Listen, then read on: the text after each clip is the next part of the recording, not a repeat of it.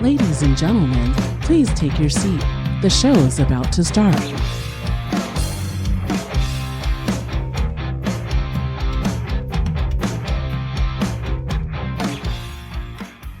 Hey guys, what's up? This is Phoebe. Yeah, this is Mike. Of the Mike and Phoebe Show. And today's in-studio guest, we have Malcolm Lilienthal. He is a city council member at the City of Hemet. Hi, Malcolm. Hi. How are you this morning? I'm doing very well. Thank you so much for coming in studio today. I am very excited to talk to you about your re-election coming up. You are running for city council member at City of Hemet, right? Yes, ma'am. Yes. So that's going to be voting starts November, I believe, right? Yes. Yes. And your campaign will be starting somewhere around the summertime. So you sent me a lot of great topics that you are very passionate about. So tell me, actually, your first question I want to ask you, what boundaries of the District 3 do you serve as part of Hemet? So if you're standing at the corner of Stetson and Warren, and then you head towards Florida, and you would make a right on Florida, and a left on Costin, and then a right on Menlo, and then another right on Lyon,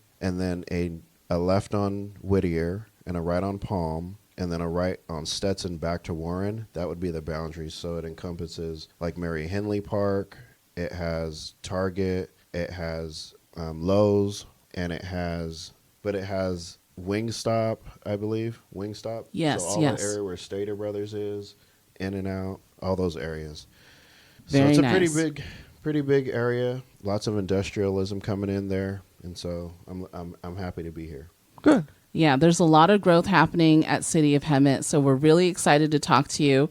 So Malcolm Lilienthal is a devoted council member with a profound commitment to enhancing the quality of life within his community. His diverse roles, including serving as a commissioner for the Community Action Partnership and president of the Human Relations Council, reflect his dedication to fostering understanding and respect among diverse groups. Malcolm's background in psychology and his role as a respected marriage and family therapist provide him with unique insights into the challenges facing his constituents, his community. This expertise guides his approach to public safety, economic development, and environmental sustainability. Malcolm is married with 4 children and holds a master's degree in psychology. As a tireless advocate for Hemet, he is focused on creating a safe, inclusive, and prosperous community for all. That is amazing. I love that. And Malcolm, you're actually our first council member that we have in studio. So we're honored, we're humbled that you're here in studio to talk to us. Sure are. I'm happy to be here as well. Absolutely. Now let's jump right into it. How has your background in psychology and your experience as a marriage and family therapist informed your approach to addressing the social and psychological issues facing our community? Well, first, I want to share with you that I am an associate marriage and family therapist. So when people look me up and they say, oh, he's not even licensed, it's because I'm in limbo in between. So I'm waiting for my hours to be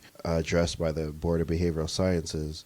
And so once that gets addressed and I take the clinical exam, then I will be an actual LMFT. But right now I'm an AMFT, which is an associate marriage and family therapist. But drawing from a foundation in psychology, we have initiatives like the cadet program and that demonstrate an understanding of the importance of mentorship and support for the younger generation. So this is one of the programs that I supported that connects the local youth with law enforcement careers and also all the first responder careers. And so we have a first responder pathway program at Alessandro High, and we donated a fire apparatus. AMR donated an ambulance, and the kids use both of those apparatuses to practice first responder duties. And so it's a really cool little pathway, and it looks like we're going to expand it into Hemet High and West Valley High. Nice. That is awesome. You know, mentoring the youth is so important. And as an adult, I feel like that's one of the most rewarding ways to give back, to help the youth, help our peers, just to give back, because it inspires and it creates that bond that we all need. Yes. So another thing I want to share with you guys too is when I started running for council in 2020, I just went to the neighborhood and I asked them what they would like to see And so that's what, when you read off the platform that you read, that's where I got that from, is the people told me what they wanted to see in Hemet. And so that encompassed public safety, economic development, and bringing jobs to Hemet. And one thing that I want to encourage everyone is how I'm looking at this is, so from a psychology background, it's when I work with people, I create a treatment plan. And so I thought, what if I took that same energy working on city council and working with my colleagues and the staff at the City of Hemet to create a treatment program for the City of Hemet. And so that's how I kind of take my background and bring it into this, so I could so we could set Hemet on a better trajectory. That is awesome. I think any city really needs that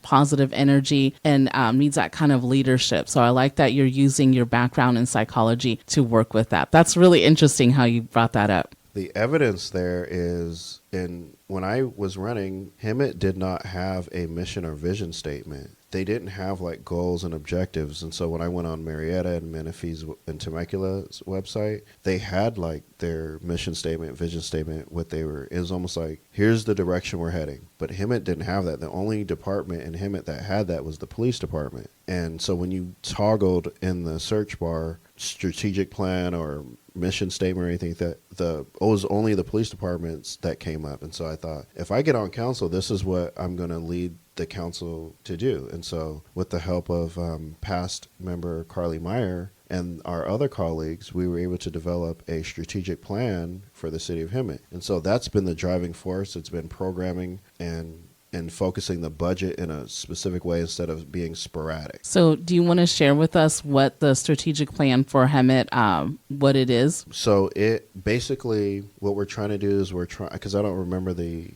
mission statement verbatim, but what we're trying to do is we're trying to create an environment where people feel safe, where people feel like it's home. So when you're talking about Hemet, you feel like you're talking about home. And so we've been trying to create programs and policies that would be in line with what would it feel like if you were home in Hemet. So when it comes to the strategic plan, the vision that we set was the City of Hemet would be a model of excellence in local government. So we're thinking a safe, well-planned community with equal opportunity for all. Recently, we had a update to this where we added the home effect in there. And so they're going to bring it back so that we can update our vision to include, I believe, a well-planned community where people feel like it's home. The mission statement is the city will be a destination of opportunity and empowerment for its residents, businesses, and visitors by capitalizing opportunity, striving for growth, and promoting diversity and respect for each member of our community.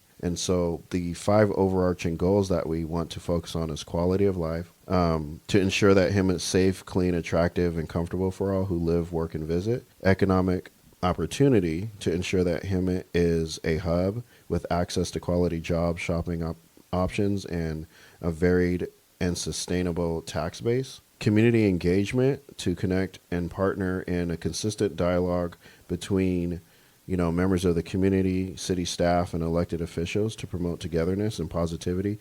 And then there's partnership and collaboration. And we're trying to pursue these partnerships and collaborations like I was talking about earlier to increase opportunities available to the community, including businesses, unemployed, and youth populations. And then we have organizational effectiveness that focuses on streamlining when businesses try to come to Hemet. We don't make it so hard. It's like roll out the red carpet for them. So that's to identify work needed inside the city's organization to effectively provide the services to the community that they deserve. Very nice. So that's all very good information. The awesome part about the strategic plan is we had community forums. And so community members came to the city's library and they wrote on the boards what they would like to see. So it's not even just our ideas and directions. It was a community effort.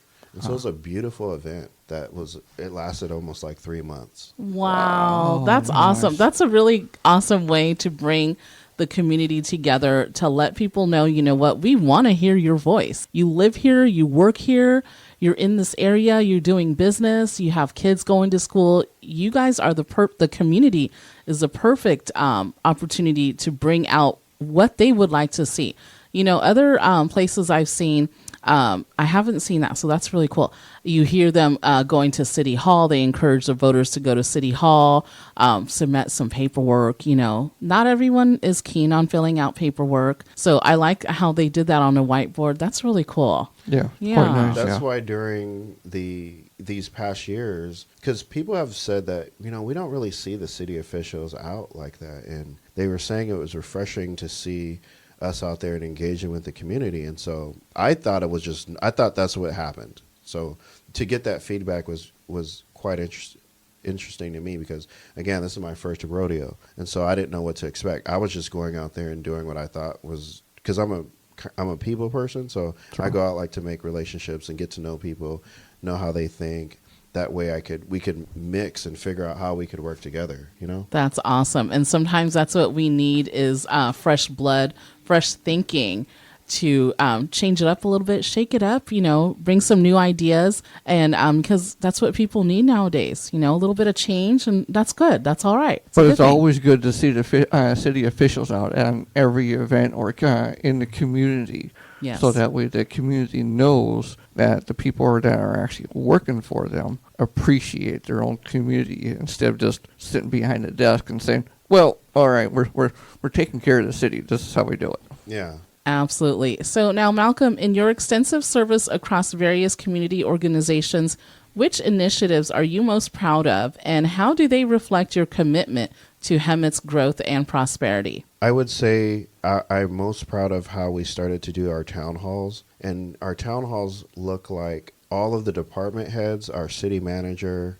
and whichever elected official is in the respective district that we're in. So, for example, if it was mine and there was an HOA that wanted the city to come out to give them an update, then I, myself, and the mayor would show up with department heads and the city manager to do city updates and to find out what's happening in the area that people would like us to target when it comes to like safety, when it comes to development or any kind of economic opportunities or even partnerships. And so I'm most proud of the fact that we're actually getting out there and connecting with the community, because again, what I was told by several people is it seems like the electeds are distant from us and they're not out there engaging with us to find out actually what we want and desire.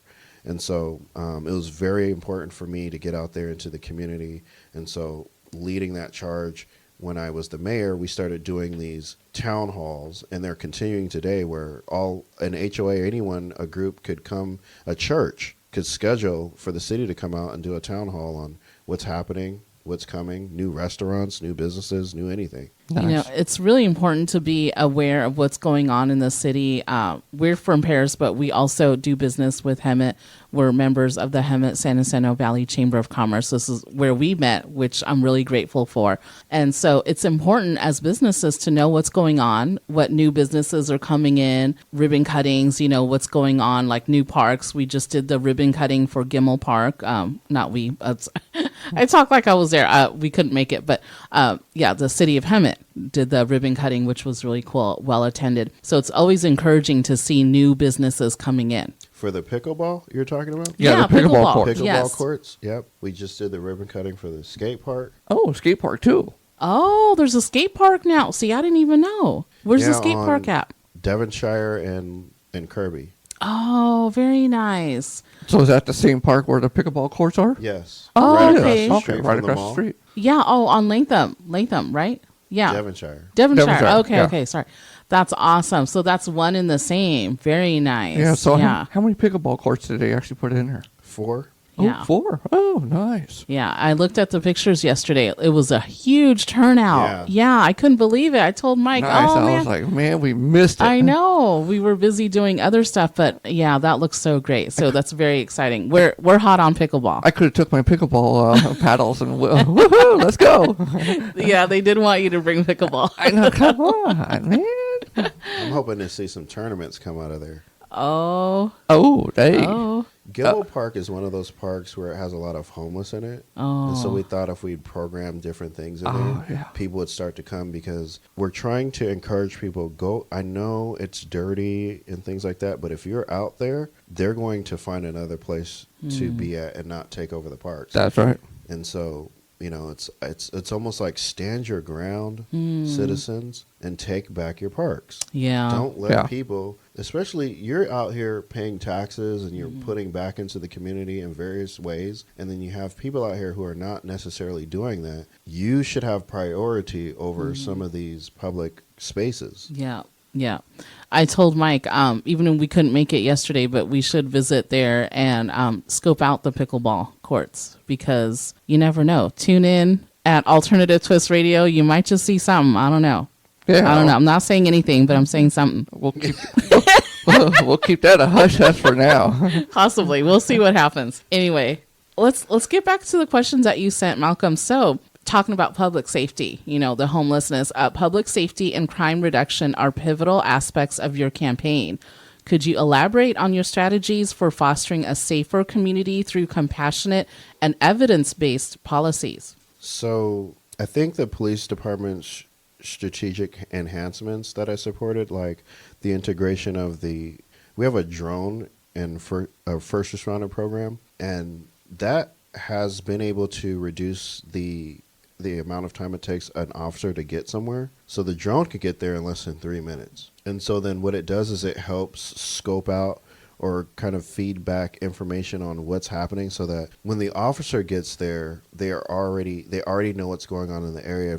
Instead of showing up into an area and then, you know how you see those videos where the officer comes and they don't really know what's happening, and so the first person they see is usually the one that they're engaging, but that first person that they see may not have nothing to do with what's happening. And so this drone reduces instances like that, and it also promotes like officer safety, so they know what's happening. So instead of them can we use your backyard? Can we go through your backyard? There's a drone that kind of can know where someone is or find someone. And then obviously you're not putting an officer in harm's way to find someone. It's a piece of equipment. True. Does that make sense? So another thing is our flock camera system. This underscores a commitment to utilizing advanced technology for crime prevention and response. And so what that looks like is if someone's car is stolen, we have cameras set up. I think we are at like 54 cameras now. Yes. And we were the first city to implement this in the county of Riverside. So now all of Riverside has these cameras everywhere. And so basically if a car is stolen, you give the police department your license plate, and anytime that license plate gets caught in one of those cameras' views, it sends feedback. So now you know real time where the car is traveling across across the county of Riverside. And they've been able to recover like $4 million of stolen property. Wow. When it comes to vehicles because of these cameras. And so that's one of the things and now we have this crime suppression. It's like a studio where all the cameras that are in the city live feed back to a specific area. So we can watch Walmart's parking lot. We can watch any parking lot that has these cameras up, and they want us to feed in there so we can, another set of eyes on some of these areas. So when people call things in, we can see who's actually there. And that's another way that it's officer safety and even the public safety, because we know exactly what's happening, when it happened, and we have a lot of things on video. Man, that is amazing. When you're describing all that, Malcolm, what I see in my mind, how you see in the movies, there's one person in one room, a gigantic room with like 100 screens that they can monitor everything. And then the guy's on the microphone or, the little earbud communicating to the men on the field, okay, we got this guy over here on this screen over here, screen 5160, but you got screen number 1556 over here, respond to this. He just left Walmart parking. Okay, turn right. Yeah. Now he's on Devonshire. Turn left.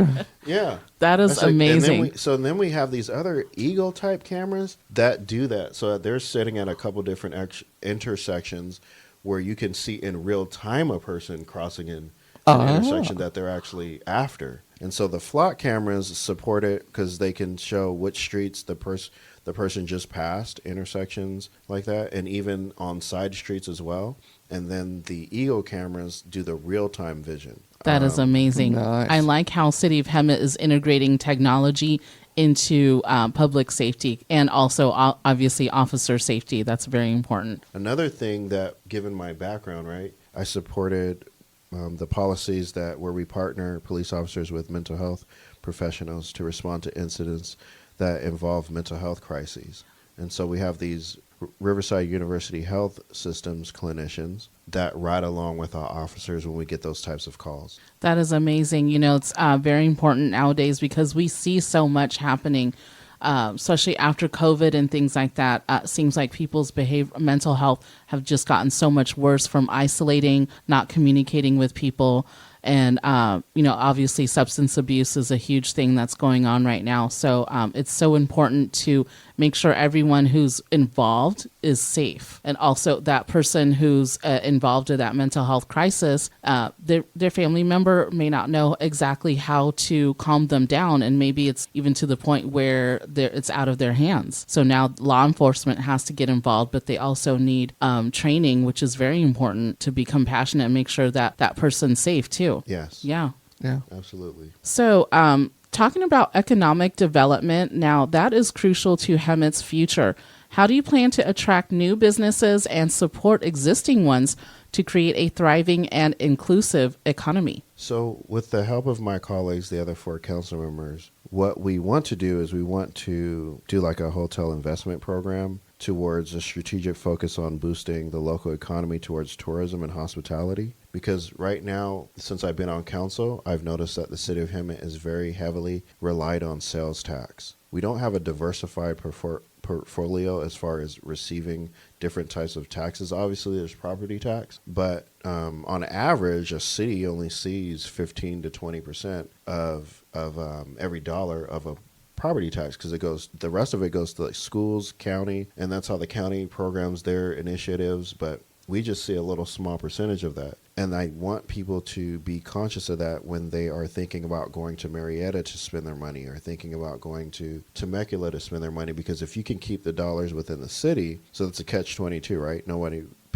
There's a sense that people don't want to shop in Hemet because either there's not a good enough selection or it's dangerous. And so if we can keep people in Hemet spending the money, then we'll have more money to do the things that people want us to do as far as programming. One of the things that we are struggling with right now is hiring more police officers or first responders. And I don't know about you, but I don't know who wants to be a police officer today given the climate. And so whereas before, when I was younger, you'd hear about there would be 3,000 applicants for one position. Now we're lucky if we get like 3 applicants for 23 positions, and then it takes about a year and a half to onboard someone. Yeah, that is very important. And it is kind of like a catch-22. What comes first? You got to invest, obviously. So I liked hearing about the hotel reimbursement or the hotel program. Investment.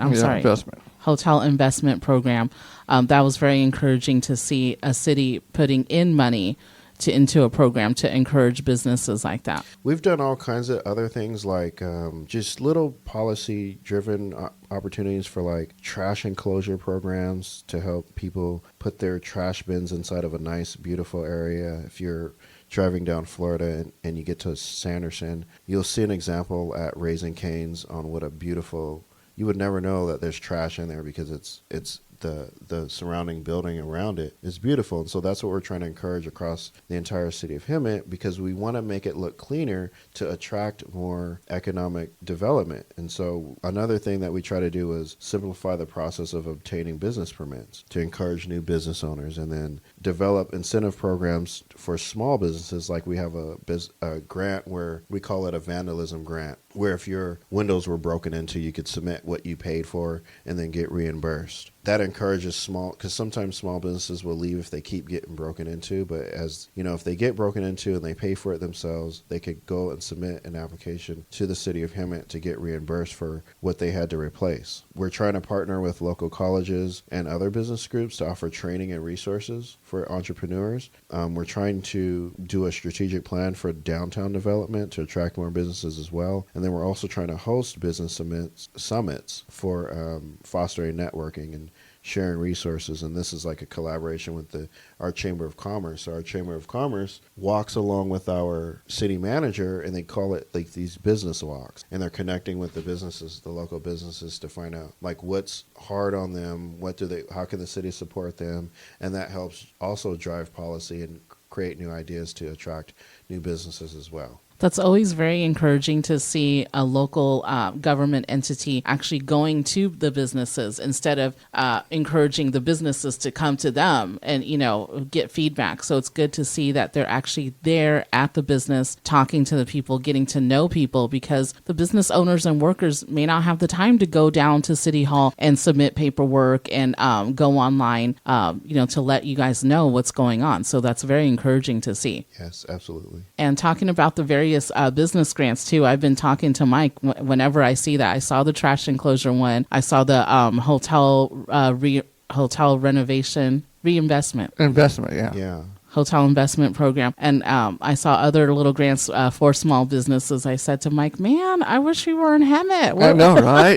There's so many things that you can actually benefit from. Yes. So it's quite nice to see that. We have our community development block grants that people apply for, nonprofits apply for, and some for-profits. And so those are the things, when it comes to the community, you'll see me always supporting policies that either bring economic stability to us or even diversity so we can have different options, or bring stuff that brings the community together. Absolutely. That's very encouraging, Malcolm. And another question that you had sent in about environmental sustainability. That's also a growing concern. What initiatives do you advocate for to protect Hemet's natural beauty and address climate change? The all important question. Yes. So I kind of jumped the gun on this one, but our commitment to environmental sustainability is evident in the establishment of our pilot program for trash enclosures, and that's aimed at improving waste management practices citywide.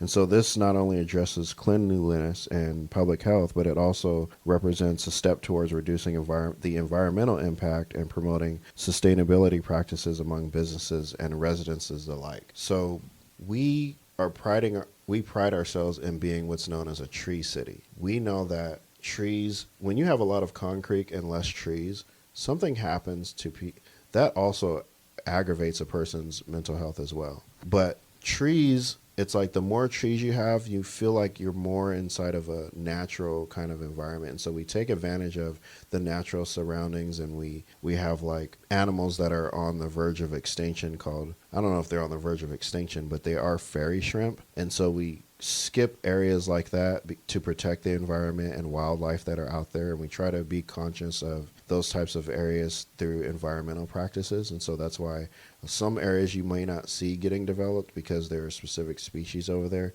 that we're trying to protect. So cleaning up the city so that the trash and the runoff doesn't run down into the oceans, and that story is another way that we're trying to do. And that's why we want to fund or help businesses with these trash enclosure programs. It's definitely very important to keep the local environment clean, because that's where we live, we work, we drive through the streets. And whenever Mike and I were driving through Hemet, we're going to Hemet, San Jacinto, we see improvement, which is always very, very encouraging to see. We see beautiful orange trees down, what is that street, Florida? Yeah, that's Florida. Yeah, down Florida, which I always say, wow, look at that. That's so, oh my God, they look so juicy, so delicious. You don't see oranges. Let's stop by.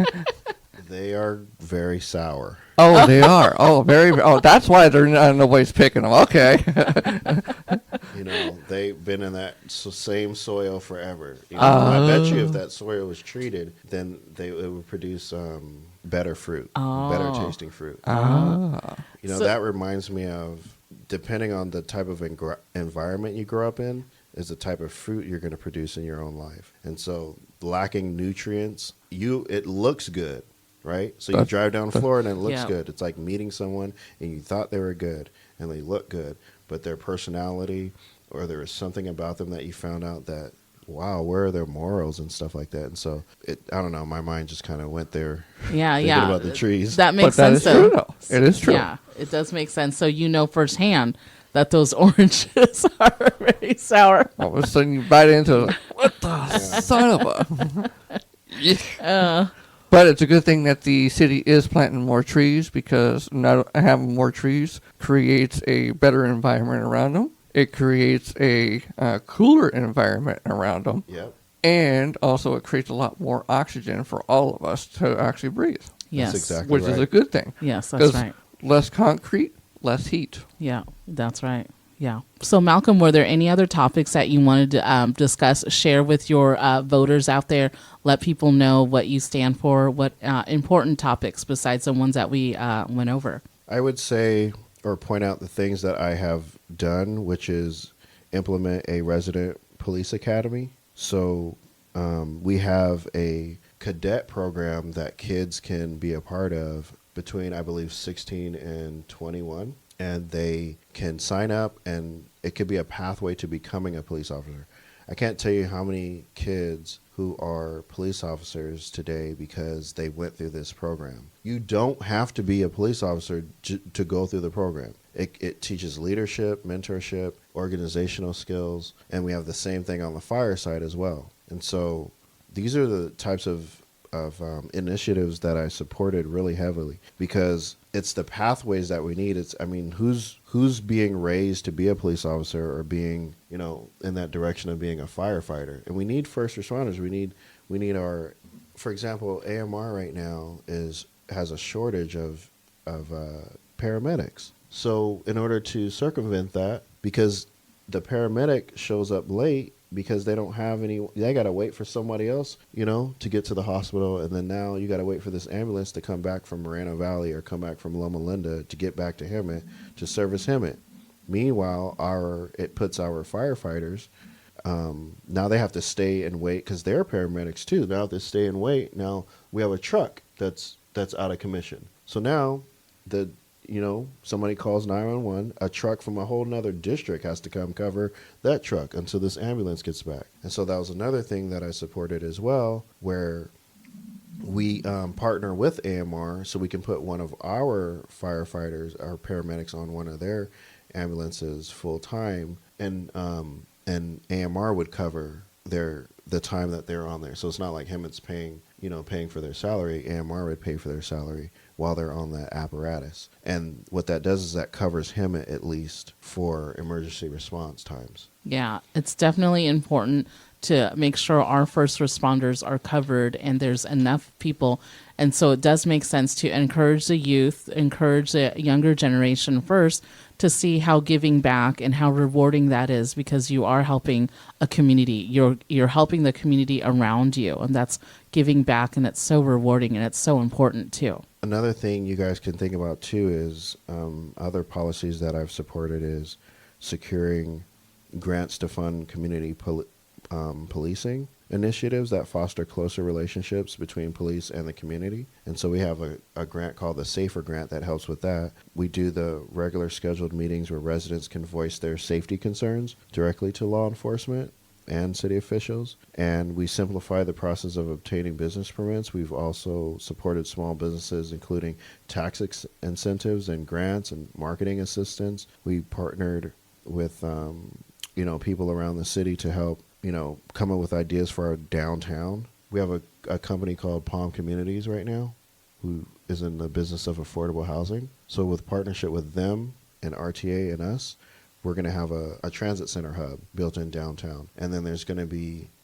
Menlo's going to get like a little bit of a makeover as far as like bike lanes and different things like that. We have bike lanes on Palm Street now. And eventually these bike lanes will, in the city, they're going to connect to the hub. Right now, the hub's at the mall, right? They're going to move the hub to this area over off of State and back there by Menlo somewhere, and we're trying to re-energize the downtown area, and then you'll have this walk that you could do along the train tracks if you just want to walk. So we're just trying to encourage outdooring activities, biking, anything that helps reduce emissions and stuff like that. And so that's the transportation piece. But we also launched a comprehensive plan to repair and maintain our roads. Our roads have been neglected since 2000, maybe 1999. Yeah, it's been a long time. And then you had the crash in 2008, and the city has not been able to recover since then. They laid off over 200 people back then,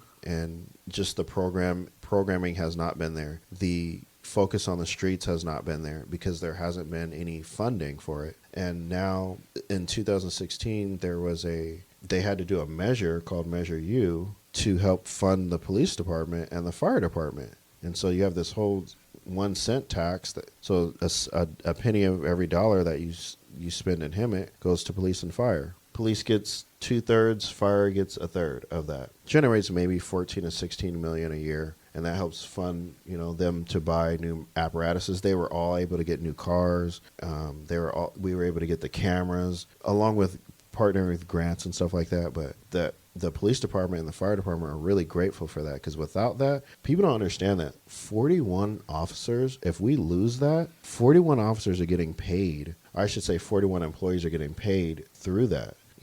And if we were to lose that, we would lose four. We have 70. I think we have 74 right now active officers. We need to be around 102. Wow. We have programmed in a budget for 92, but nobody's applying. Wow. People are like, "Oh, you need to do more recruiting." We've added a $60,000 bonus to get a lateral over. But that means I'm stealing officers from other cities. That's not fair to that city. True. So what do I do at the root? Right. Do I go to the high schools and encourage them to be police officers through our cadet programs, or first responders through our cadet programs, things like that? Hemet's fire department is the busiest fire department in California, and a lot of times they're only responding to lesser falls, and they're not responding to fires. Sometimes the people are calling just because they want companionship. True.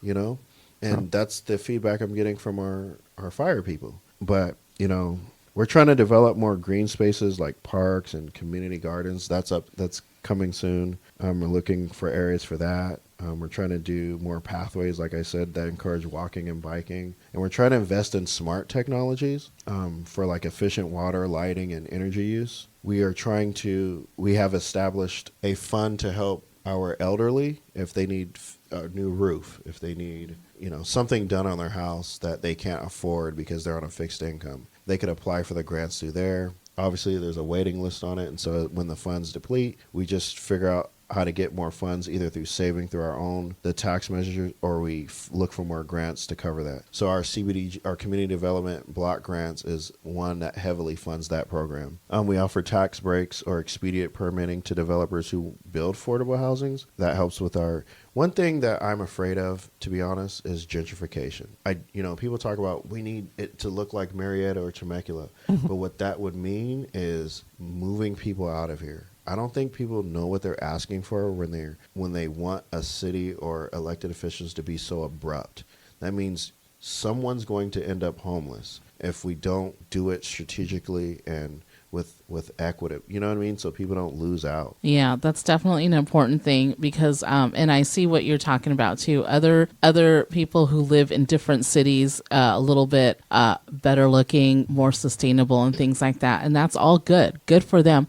But we're trying to work with the city that we're in now. So it's better to, instead of you're trying to copy and paste someone's program and initiatives that works for another city, it may not work for City of Hemet. That's right. So it's important to judge it at the at the root of what you guys are working with. So it's very important that you address it that way, strategically, like what you were saying. Well, plus the thing is, too, what was the reason that brought them to Hemet in the first place? They moved there for a special reason. Affordability. Yeah. Yes. Yes. So then if they moved there for the affordability, then they're there for a couple of years and they just we need to make this city look like that other city. Yeah. No. Yeah, but it doesn't work that way. You Yeah. move there for a special reason. That's what it is. Yes. They used to talk about Hemet being one of the wealthiest city in the United States. And they said there's a lot of elderly people here with money, and it wasn't.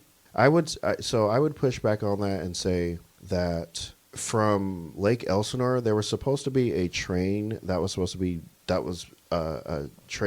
come from there to get to Hemet, but it was never able to pass through Homeland and Romaland. And so initiatives back then stifled some of the development that could have happened in the future of Hemet. And what I do know is that there was a lot of celebrities that used to live out here, and that's why there was a lot of money out here.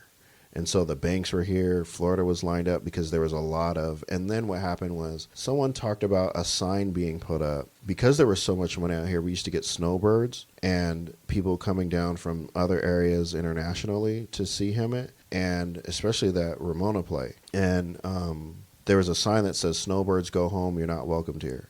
Oh, Oh, no. And then that, there's a combination of things as to why Hemet's the way it is today. Damn. And I'm not saying this is the only, right?